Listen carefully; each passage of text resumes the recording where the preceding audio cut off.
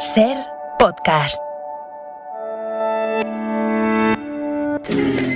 Parece que haya pisado un nido de avispas.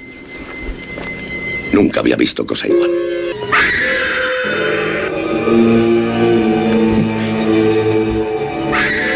Si hay alguna cosa fea en el rancho de Colby, te lo callas. Será algo así como un secreto profesional.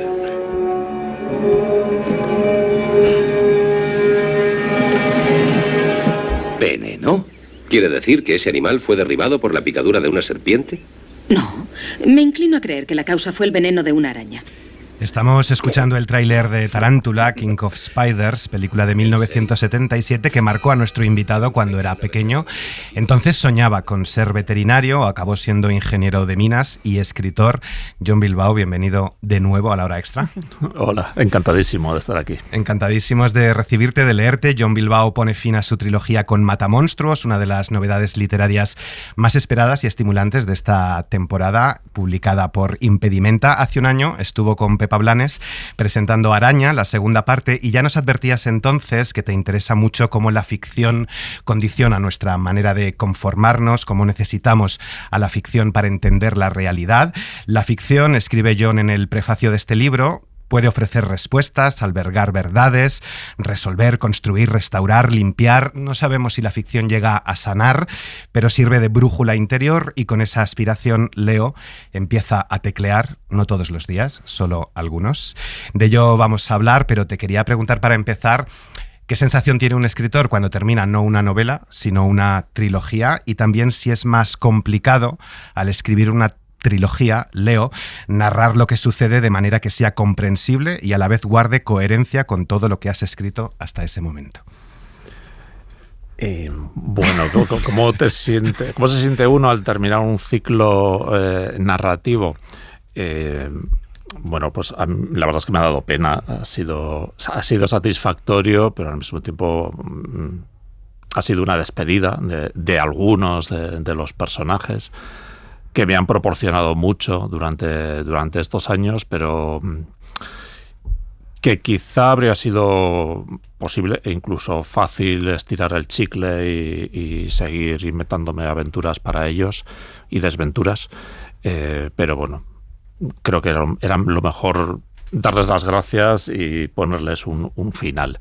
Y hay algunos otros personajes, digamos que más secundarios, que seguirán dando guerra en el futuro. No sé si te ha dolido más despedirte de los personajes y sus aventuras o del mundo que has construido, porque cuando estuviste aquí con Pepa presentando Araña decías que no veías la segunda parte como una continuación de los personajes ni de sus aventuras, sino como una ampliación del mundo que has construido. No sé si esto es otra ampliación más. Sí, y yo creo que es el salto más cuantitativo, ¿no? El crecimiento de ese mundo. Porque paradójicamente para este libro ha sido para el que más me he documentado y al mismo tiempo ha sido en el que más he inventado, ¿no? Y me atraía, ¿no? Esa tensión, ¿no?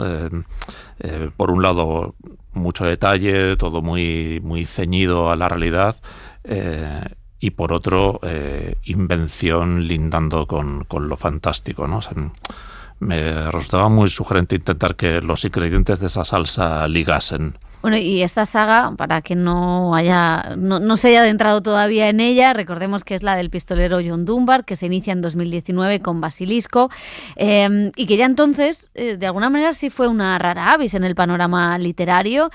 Continuó con Araña en 2023, y bueno, ambos libros hablan de John Dunbar, este pistolero en el lejano oeste, muy duro, muy silencioso, que sus hazañas pues se convierten en leyenda, que se enfrenta a grandes enemigos, ¿no? Como la araña, que ahora te preguntaremos qué es exactamente esa araña. Por otra parte, pues en las novelas también asistimos a la historia de Jon, que es un escritor de Ribadesella, que trata de hacer frente a su realidad, un padre separado que aborda la venta de una casa familiar. Bueno, cuitas con las que todos nos podemos sentir reflejados, ¿no? Él es quien en sus ratos libres escribe los relatos sobre Dunbar. Para ello viaja a documentarse, como decía Jon Bilbao. No sé si también has cambiado tú como escritor en todo este tiempo, porque estábamos mirando 2019, 2023 y ahora este 2024 con esta tercera entrega. No sé si tú también has cambiado como lector y como escritor. Espero que sí, porque o sea, yo veo la escritura, bueno, y también la lectura como un continuo proceso de cambio, con el riesgo de que no sabes si el cambio va a ser a mejor o a peor, ¿no? O puedo reformular la respuesta diciendo que cada vez veo más la escritura como una exploración y una aventura, con los riesgos que ello conlleva, ¿no? Y con estos 3 libros sí que he percibido un cambio en mi forma de escribir, ¿no? Antes planificaba muchísimo, o sea, iba muy sobre seguro. Solía suceder que el volumen de las notas previas era superior al de la obra final. Bueno, eso hay que editarlo también. Bueno, se lo dejaré a mis hijos por si algún día una universidad estadounidense les quiere comprar todo ese papeleo.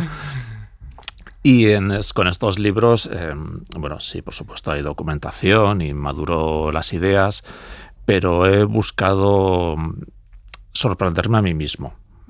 Y creo que esa es la forma también, sorprenderme y disfrutar y emocionarme. Y creo que esa es la mejor forma para conseguir los mismos 3 efectos en quien se acerque a estos títulos. Esa conexión con los lectores, decías que emocionarte tú es de emocionar a los lectores. Creo que de alguna manera lo has conseguido y que los lectores también han ido creciendo o han ido evolucionando, ¿no? en estas 3 entregas. No sé si también esa mezcla de géneros será una de las cosas que atrae a lectores que no estaban a lo mejor acostumbrados a que la literatura española se jugara con el western, se jugara con el thriller, con el drama íntimo del propio escritor. No sé si eso también ha sido una de las cosas que conectaba con los lectores. Lo que es cierto es que lo han entendido, ¿no? Cosa con la que yo tenía dudas al principio. Cuando le estaba dando vueltas a la primera parte de la trilogía Basilisco, cuando ni siquiera sabía que iba a ser una trilogía, yo le iba adelantando cosas a mi editor, Enrique de Redel, y estoy haciendo una cosa que es del oeste. Bueno, en parte del oeste, ¿no? Y cuando les envié el manuscrito terminado fue como quien deja una bomba de relojería y se va de puntillas, ¿no? Bueno, a ver cómo se recibe esto, ¿no? Esta combinación de ficción dentro de la ficción, realidad, género puro de aventuras, pero al mismo tiempo con un punto fantasioso, incluso terrorífico. Y bueno, pues se entendió. Y creo que se disfrutó. Y yo también lo disfruté tanto como para continuar ese experimento durante 2 libros más. Uh-huh. En Matamonstruos, el personaje de John Dunbar está más tranquilo, vive con su mujer, con su hija, se ha alejado de esa parte más salvaje, pero aparecen nuevos enemigos. No sé si un pistolero nunca se retira, si no podemos ser salvajes y violentos a tiempo parcial. Uno es salvaje y violento siempre. Uh-huh.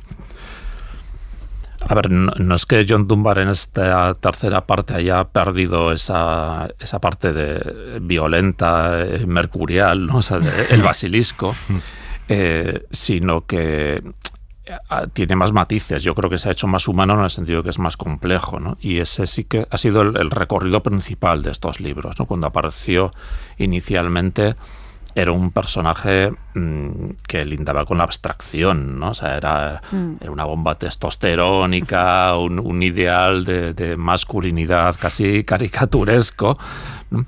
En buena parte una transposición de todos esos constructos narrativos del western y de la masculinidad en el western que hemos mamado desde que éramos críos, ¿no? En el cómic y sobre todo en el cine.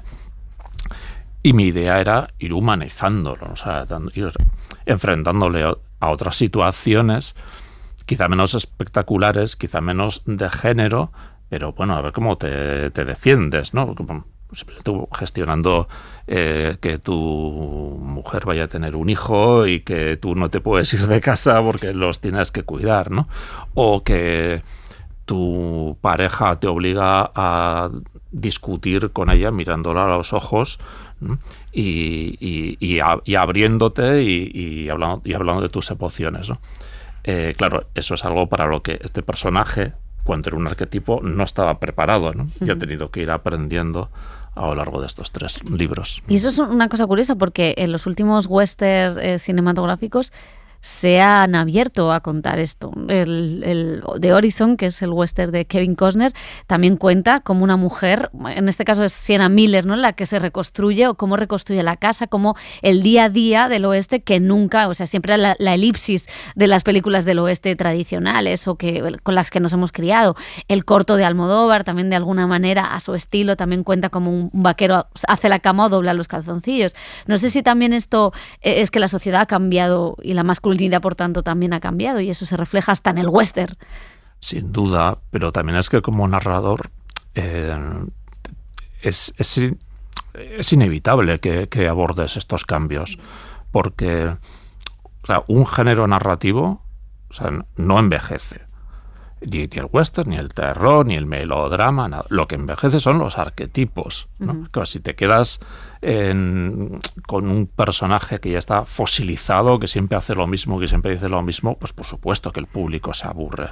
Pero si ese mismo personaje lo desempolvas y lo acercas a la vida, o incluso tratas de mostrarlo con mayor verosimilitud, una verosimilitud histórica, ¿no? Vamos a especular cómo era realmente este personaje. Eso creo que resulta mucho más interesante a día de hoy, en buena medida también porque lo puedes comparar con ese arquetipo. Uh-huh. John, el otro John, por su parte, intenta entender a sus padres, separados recientemente. Está decidido a recomprar la casa familiar, vivir allí junto a su padre. Mantiene una relación fría pero afectuosa con su madre, con la que decide irse de viaje por el Egeo. ¿Cuál es el estado vital de este nuevo John? ¿Cómo se ha transformado también? No sé si hay a lo mejor cierta crisis de mediana edad. Bueno, digamos que la está dejando a la espalda. Que ya está buscando asentarse, está reconciliándose con los errores y con las contradicciones. Bueno, está llegando a una aparente etapa de serenidad, con dificultades, por supuesto, porque si no, no merecería la pena escribir sobre ello. La felicidad es un muy mal tema para escribir.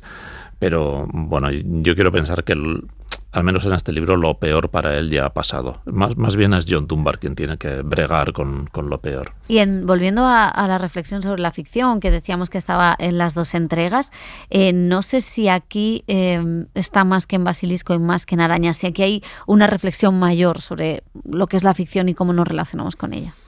Sí, los 3 libros tienen una serie de temas, no sé, corrientes subterráneas, vasos comunicantes, llamámoslo como queramos, pero en el caso de Matamonstruos, sin duda, el tema principal, aunque no explícito y machacón, espero, es la reflexión acerca de la ficción, ¿no? Acerca del influjo que tienen en nuestra vida, ¿no? Hemos empezado esta entrevista con el tráiler de Tarántula, ¿no? Que tanto al John, escritor del libro, como a mí cuando éramos niños, nos impactó enormemente, ¿no? O sea, a mí me dan miedo las arañas.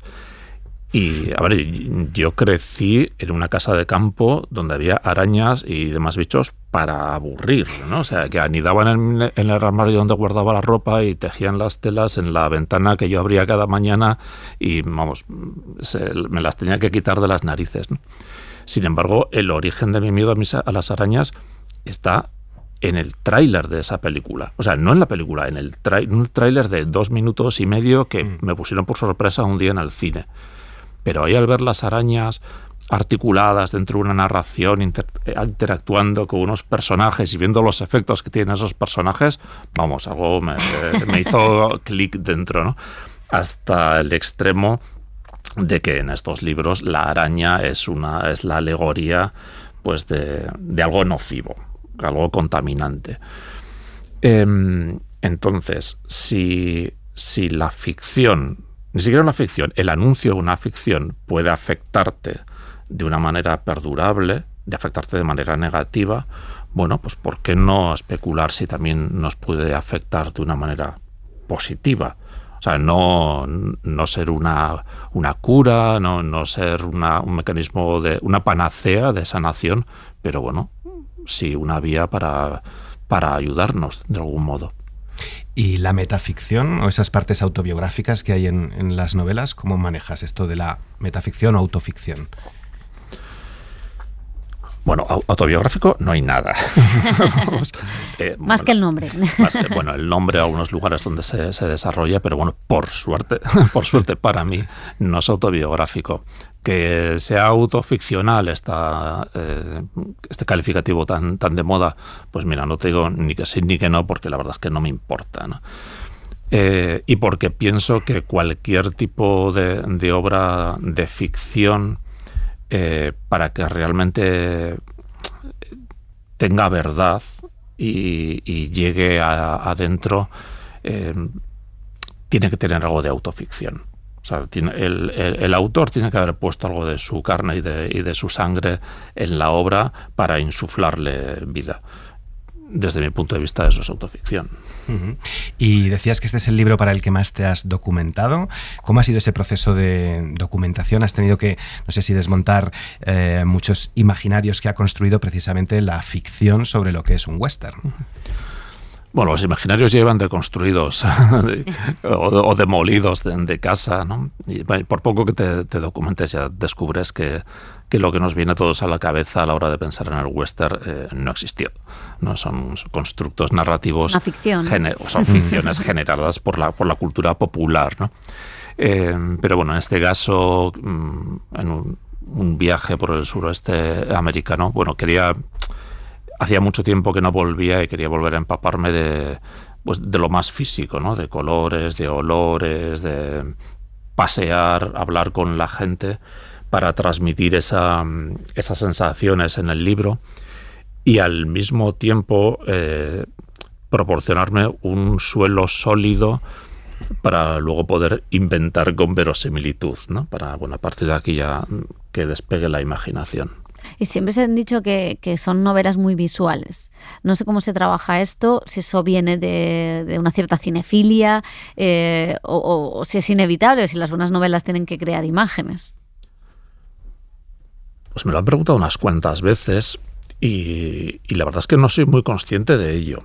Es decir, yo no escribo pensando en generar imágenes. Pero sí que es cierto que cuando escribo es como que estoy describiendo la película que estoy viendo en mi cabeza. y sí, soy muy cinéfilo y muy consumidor de cómics, ¿no? Entonces, todo eso son narraciones en las que la imagen es imprescindible, ¿no? Así que es inevitable que algo de eso se infiltre en la forma de contar historias. El villano es la araña, un personaje alegórico que simboliza la araña, y en esta realidad en la que vivimos, que parece una ficción muchas veces, no sé quiénes serían los monstruos y quiénes los matamonstruos. Insisto, la araña es un personaje alegórico, muy cambiante, que nos puede morder a cualquiera, ¿no? Pero que puede tener diferentes manifestaciones, ¿no? En estos libros la araña se presenta pues desde esa angustia cotidiana que todos sentimos de vez en cuando, de origen incierto, que cuesta bastante sacudirse de encima en algunas ocasiones y que nos preguntamos de dónde viene y que produce bastante desconcierto. Y en casos extremos pues puede ser, no sé, la depresión o un impulso más autodestructivo, ¿no?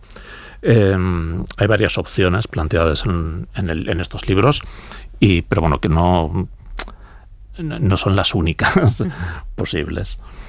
Y muchas veces hablabas de algo que me recordaba, que muchas veces te han definido como el narrador de la incomodidad. No sé si te gusta ese calificativo, si realmente es así, ¿no? Y si esa araña también es cierta incomodidad que hay en la vida de todos. Sí, sin duda. Pero, o sea, tampoco es que busque yo generar una incomodidad en quien me lea, ¿no? Yo creo que esa incomodidad viene del fruto es resultado de un reconocimiento de ausencia de respuestas, ¿no? Y de dejar unos espacios en negro en la narración que son un reconocimiento explícito de lo que no sé explicar, ¿no? Y que ni siquiera yo entiendo, ¿no? Vale, y te bordeo la narración, te pongo un marco, pero aquí hay como los mapas antiguos, ¿no? Había zonas inexploradas, vale, pues esta zona está inexplorada. Y esa incapacidad de ver el conjunto en su totalidad creo que es el motivo de esa inquietud. ¿Podrías, después de cerrar esta trilogía, continuar con estos personajes o te despides de ellos? A ver, a día de hoy me he despedido de John Dunbar, de Lucrecia, de su hija y de los personajes que lo rodean. Del John escritor, de su padre, de sus hijos, no. Porque eso es, en buena medida, es un proyecto vital, son trasuntos míos o de personas de mi entorno y van a seguir, sigo escribiendo sobre ellos. Y en cuanto a volver a escribir algo ambientado en el oeste americano a finales del siglo XIX, desde luego no lo descarto porque he disfrutado muchísimo, ¿no? Pero bueno, ya veremos. O sea, como os he dicho antes, veo la escritura como un proceso de continuo cambio y de exploración. Así que, no sé, a lo mejor dentro de unos años vuelven estos personajes iguales, cambiados, o en otro lugar completamente diferente, o en una galaxia lejana, muy lejana, no lo sé, ¿no? Que también era un western, esa galaxia lejana. Sí, mitad western, mitad película de samuráis. Sí. Y fíjate, hemos hablado mucho de cine también. No sé si verías un Horizon con John Dunbar. Sin Kevin Costner. o con Kevin Costner. Kevin Costner es maravilloso. Bueno, me encantaría verlo, lo reconozco. Terminamos donde empezábamos, de soñar con ser veterinario a ingeniero de minas. ¿Qué se ha colado de tu formación en la literatura y estás satisfecho al final con el viaje? Sí, muy satisfecho.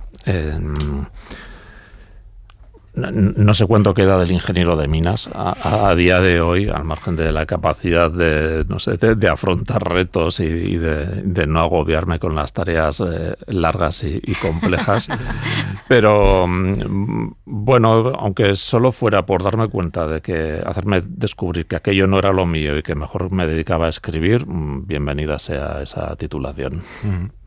Pues ha hecho un viaje muy largo, deseará volver a casa. Jon Bilbao, gracias por haber estado en La Hora Extra. A vosotros.